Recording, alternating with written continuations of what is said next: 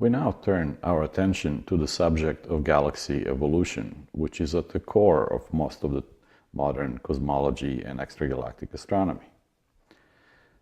First of all, galaxies must evolve for two reasons. They're made out of stellar populations and stars evolve, and also galaxies merge and assemble into ever larger objects through hierarchical structure formation. So therefore, there are two aspects to galaxy formation. One is the assembly of the mass, and the other one is conversion of gas into stars and energy. The former is relatively well understood. This is something we can model very well in numerical simulations. And it's driven by the dark matter. The latter is much more difficult because it involves messy dissipative processes, including star formation itself, the feedback of stellar populations, supernovae, active nuclei, and so on. And there we can model processes up to some limit using modern hydra simulations because the analytical theories of star formation do not exist.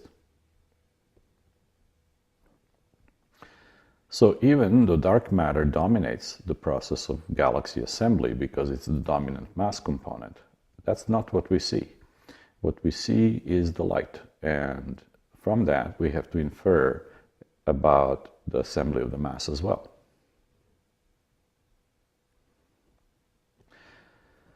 First, let's take a look at the relevant timescales for galaxy evolution.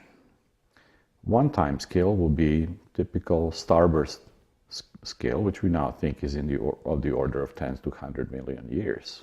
That also happens to be the timescale of the life of the very massive stars, which are energetically the dominant ones, and which also provide most of the photons that ionize the interstellar medium. It also turns out that this is the estimated timescale of active galactic nucleus episodes, and it's not obvious whether this is a coincidence or not. The internal timescales within galaxies are commensurate with their freefall timescales, which would be a few 100 million years.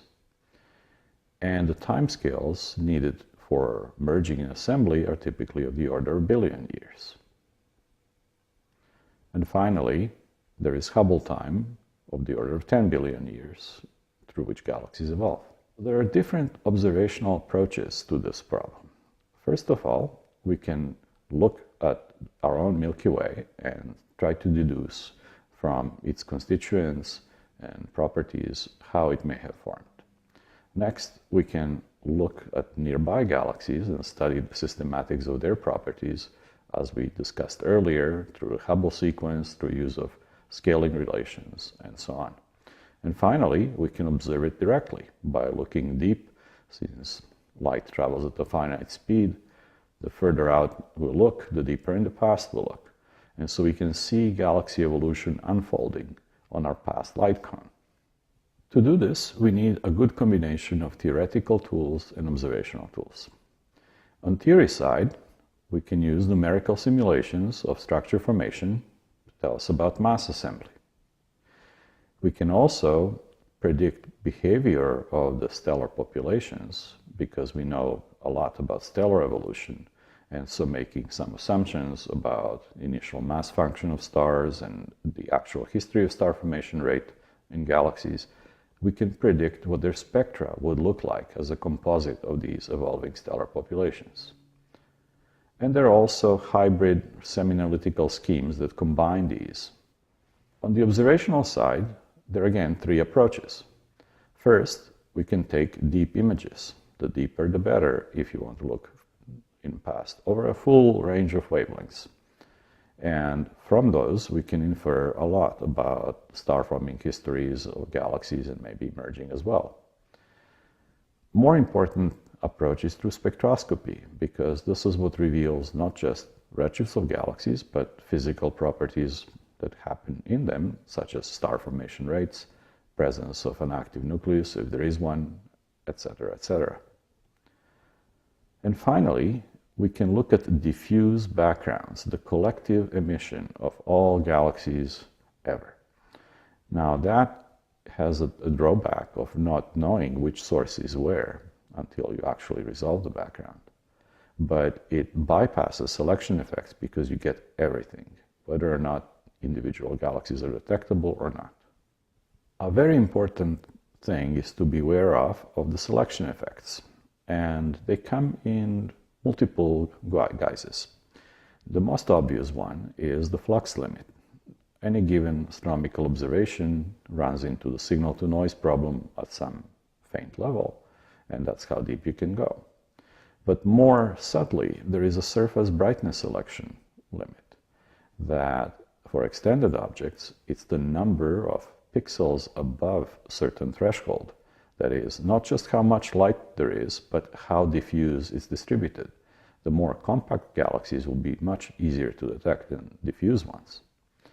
And so we know that for sure, the deeper we look, we're getting an ever more luminous or higher surface brightness objects and missing the intrinsically faint ones or the intrinsically diffuse ones. If we don't know what we are missing, then it'll be very hard to correct, but we can make reasonable extrapolations from nearer parts of the universe and see how that works. Let's refresh our memory of the dynamical evolution, galaxy merging. We've discussed this earlier and seen how hierarchical assembly of galaxies is a process that keeps going on from the earliest days of the universe, and we see it even today in major mergers of galaxies. This obviously arranges the mass, but thanks to the dissipation and inflow of gas to the centers, it can also trigger bursts of star formation, as well as feeding of active nuclei. Thus, stellar population evolution of galaxies and their dynamical evolution can be very deeply interconnected.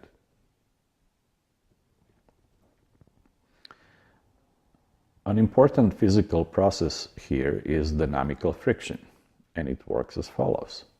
If you have a massive body, in this case, say a galaxy, moving through a sea of mass points, stars of another galaxy, say, it will accelerate them. And as it keeps moving, it will be encountering more and more stars to which it will exert its acceleration. Those stars acquire certain velocity, and that kinetic energy has to come at the expense of the perturber. So the stellar population or population of test particles in which this perturber plunges gains kinetic energy, usually in form of random motions, whereas the perturber loses its orbital kinetic energy. And this is why galaxies that are initially on parabolic orbits can merge. Incidentally, a good local example is the Magellanic Cloud, and they're being torn apart by tidal interaction with the Milky Way. In a few billion years, they'll merge with the Milky Way. This has already happened to numerous dwarf galaxies in the past, and we see fossil evidence of that in the Milky Way's halo. The timescale for dynamical friction can be expressed as follows. You start with the velocity, relative velocity of the perturber, divided by the rate in which that velocity is being diminished, deceleration due to the energy loss. After some theoretical computation, obtain formula like this. It has several interesting features. The denser the medium which is being perturbed, and the higher the mass of the perturber, the shorter timescale, which is intuitively clear. But also, the timescale gets to be longer if the velocity of perturber is high. And the reason for this is that perturbers that zip by very fast simply don't have enough time to deposit enough kinetic energy in the perturbee galaxy. So it will take many different passes for dynamical friction to actually do its thing. This is why the time goes up.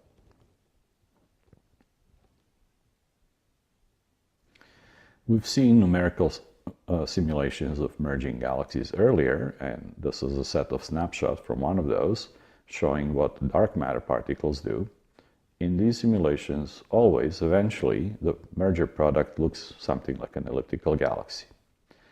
But if you follow the evolution of the gas, you find out that the gas is reacting much more to the encounter, and it's losing kinetic energy very quickly and very effectively, meaning it has to sink to the bottom of the potential well, which also means they will achieve high densities. This is exactly the kind of conditions that can lead to bursts of star formation, or they can also feed a giant black hole if there is one there. Next, we will talk about the models of the stellar population evolution.